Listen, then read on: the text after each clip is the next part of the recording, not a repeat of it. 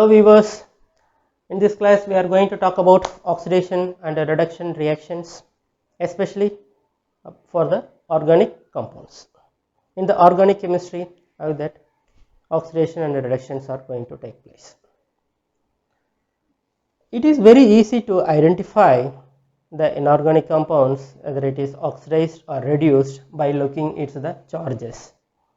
You see here the zinc, and it is oxidized to zinc 2 plus, and the ferrous 2 plus is reduced to iron. So it gained 2 electrons, here it lost 2 electrons. So in the oxidation and reductions, so we can say the loss and gain of electrons, okay, for the inorganic compounds. But when it comes to that organic compounds, it is not, however, it is not easy to identify whether it is lost or gained the electrons. But that is a simple strategy how we can identify the organic compounds are oxidized or reduced. Here, so this is the simple one. Please remember that for the oxidation may be an addition of electronegative atom, especially oxygen or halogen. Like we know that halogens like chlorine, bromine, whatever it is, or removal of hydrogen atom.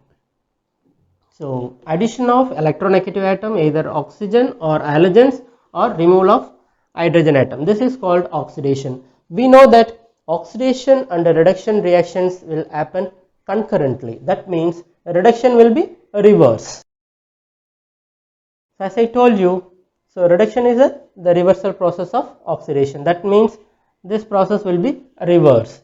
That means how we should write should be addition of hydrogen atom and removal of the electronegative atoms such as oxygen or halogen. Now we discuss some examples for the oxidation and reduction reactions of some organic compounds. Let's take an example for the methane. Now this is getting oxidized to methanol, and this methanol will further oxidize to an aldehyde, and this will further oxidize to formic acid. You see here, as I told you, addition of electronegative atom, oxygen or halogen. You see here the oxygen has been introduced. That means methane is oxidized to methanol. This means it's oxidized.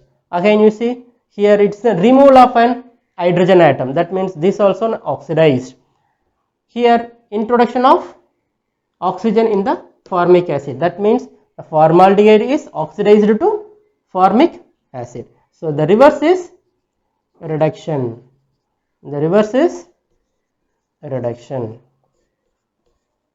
So these are the examples for oxidation and reduction. I will give one more example. For example, like this. This is an alkene. Let me take this compound. If we do like this, chlorine. Now you see, this is an we might have studied this an addition reaction. In fact, this is also one kind of oxidation reaction. See here,